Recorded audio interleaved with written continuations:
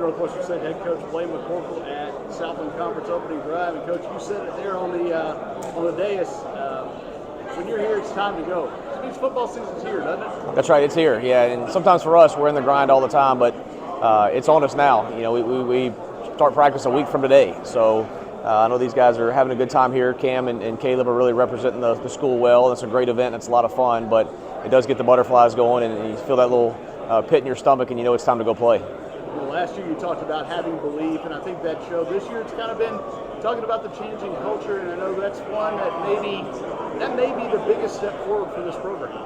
I think it 100% is the biggest step forward for this program. You know, we're brutally young. You know, mathematically it would be hard to find a younger roster in the country than ours right now. We still have some talent gaps to overcome from some of our recent history, but I think we have made leaps and bounds in who we are as young men as a team, and if you don't do those things first, you're just not going to win at any consistent level. So I think we've done a tremendous job there, and those young bodies have grown up fast. You know, I think Coach Smelser's done a great job with them in the weight room this summer, and it's been neat to watch them grow and develop and put on some good healthy weight, and we'll be excited to get going. You talked about it through spring, through the summer, but this really does kind of coalesce everything and make it a little bit more real.